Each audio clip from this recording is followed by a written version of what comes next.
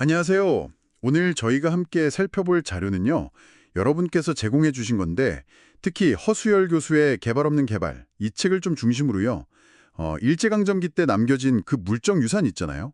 이게 해방 후에 우리 경제에 진짜 어떤 영향을 줬는지 한번 깊이 파고들어 볼까 합니다. 네. 과연 그 식민지 시기의 개발이라는 게 해방 후 경제 성장의 진짜 발판이 됐을까요? 이 질문에서 오늘 좀 시작해 보죠. 네, 이 주제가 사실 한국 근현대사에서는 뭐랄까 정말 오랫동안 논쟁거리였죠. 네, 그렇죠. 그 일제시대를 수탈의 역사다 이렇게 보는 관점도 있고, 아니다. 근대화의 기초를 놓았다는 쪽도 있고요. 또, 아니, 우리 스스로 발전하고 있었다. 뭐 이런 내재적 발전론까지 이게 계속 좀 부딪혀 왔습니다. 팽팽했죠. 네, 오늘 저희는 이 자료들, 특히 허수열 교수 분석을 통해 그 물적 유산, 그러니까 뭐 공장이나 설비 같은 것들이죠. 이게 과연 해방 후까지 이어졌나 그 연속성 문제에 좀 초점을 맞춰보겠습니다. 좋습니다.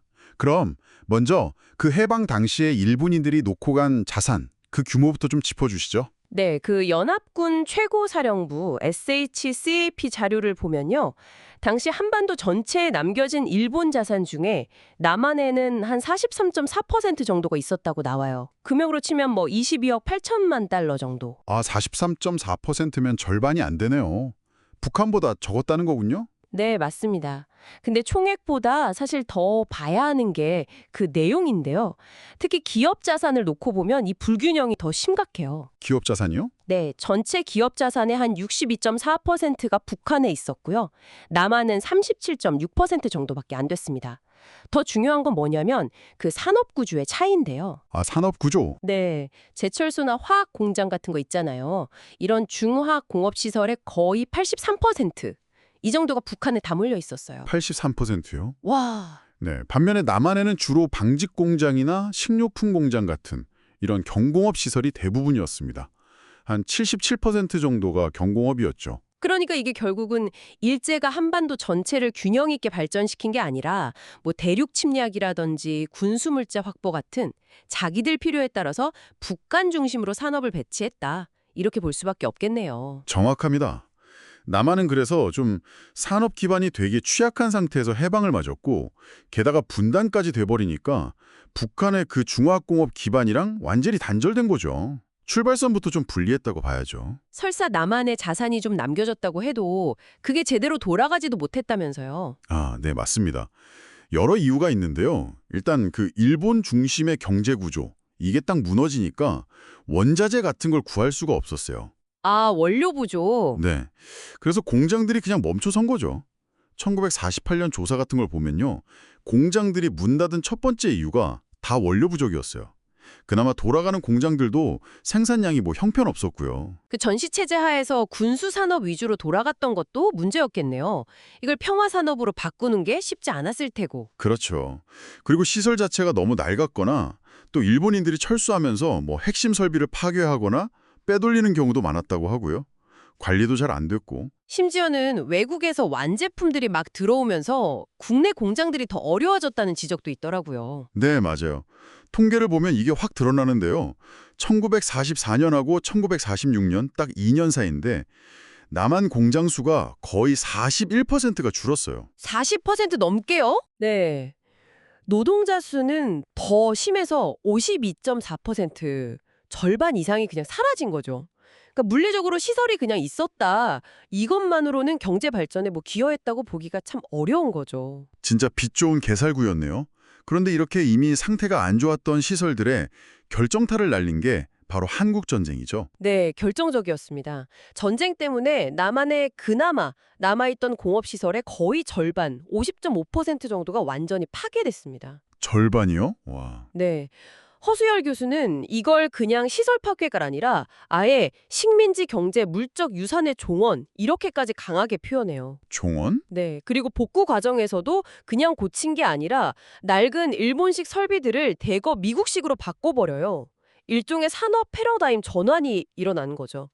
여기서 이제 식민지 시대와의 물리적인 연결고리가 상당 부분 끊어졌다고 봐야 합니다. 그럼 전쟁 끝나고 나서 실제로 남한 경제에 좀 도움이 될 만한 그런 일제 물적 유산의 가치는 얼마나 남아 있었던 건가요? 허수열 교수가 추산한 걸 보면요.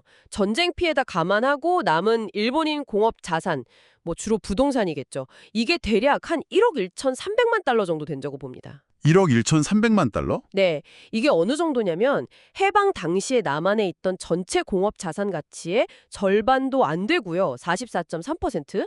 1945년 기준으로 한반도 전체 공업 자산과 비교하면 진짜 얼마 안 되는 한 10분의 1 정도 수준이에요. 아, 10분의 1이요? 생각보다 정말 적은 액수네요. 그럼 이 액수를 당시 미국이 제공했던 원조랑 비교해보면 어떨까요? 그 의미가 좀 더 분명해질 것 같은데요? 아, 그거 아주 중요한 비교인데요. 생각해보세요.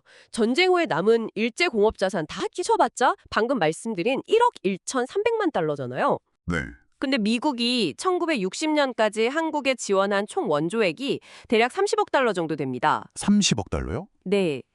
비교해보면 남은 일제 자산 가치는 미국 총 원조액의 한 25분의 1, 4% 정도밖에 안 되는 거예요. 와, 4% 정말 미미한 수준이네요. 그쵸. 이 숫자만 봐도 사실 해방 후에 한국 경제를 다시 일으킨 동력이 식민지 시대 유산이라기보다는 그 미국의 막대한 원조, 그리고 그 이후에 우리 정부와 국민들의 노력이 훨씬 컸다. 이렇게 볼 수 있는 거죠. 네.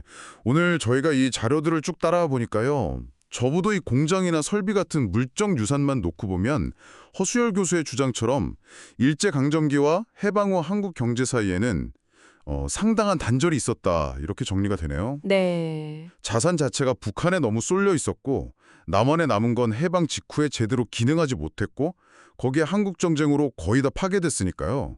이 연속성이 약해질 수밖에 없었던 거군요. 맞습니다. 다만 이제 이 분석은 어디까지나 물적 유산에 좀 집중돼 있다는 점은 기억할 필요가 있어요. 허수열 교수 본인도 인정하는 부분이지만 예를 들어 식민지 근대화론 쪽에서 강조하는 교육받은 사람들, 기술자 같은 인적 자본 문제라던가 아, 인적 자본이나 제도 같은가요? 네, 시장 경제 시스템이나 법률 같은 제도적 유산의 영향 이런 부분은 또 다른 논의가 필요한 영역이죠. 이 분석에서는 그걸 다루진 않았으니까요. 그렇군요. 그럼 마지막으로 이런 질문을 좀 던져보면서 마무리할 수 있겠네요. 눈에 보이는 공장이나 기계 같은 이런 물적 유산의 연결고리는 약해졌거나 끊어졌다고 볼 수 있겠지만 과연 교육 시스템이라든지 행정 경험, 기업 운영 방식 같은 이런 눈에 잘 보이지 않는 식민지 시기의 경험들은 해방 후 한국 사회와 경제 발전에 어떤 식으로든 영향을 미치지는 않았을까? 네, 그럴 수 있죠. 네, 이 질문에 대한 답은 아마 여러분께서 앞으로 좀 더 깊이 탐구해 보실 만한 그런 흥미로운 지점이 아닐까 싶습니다.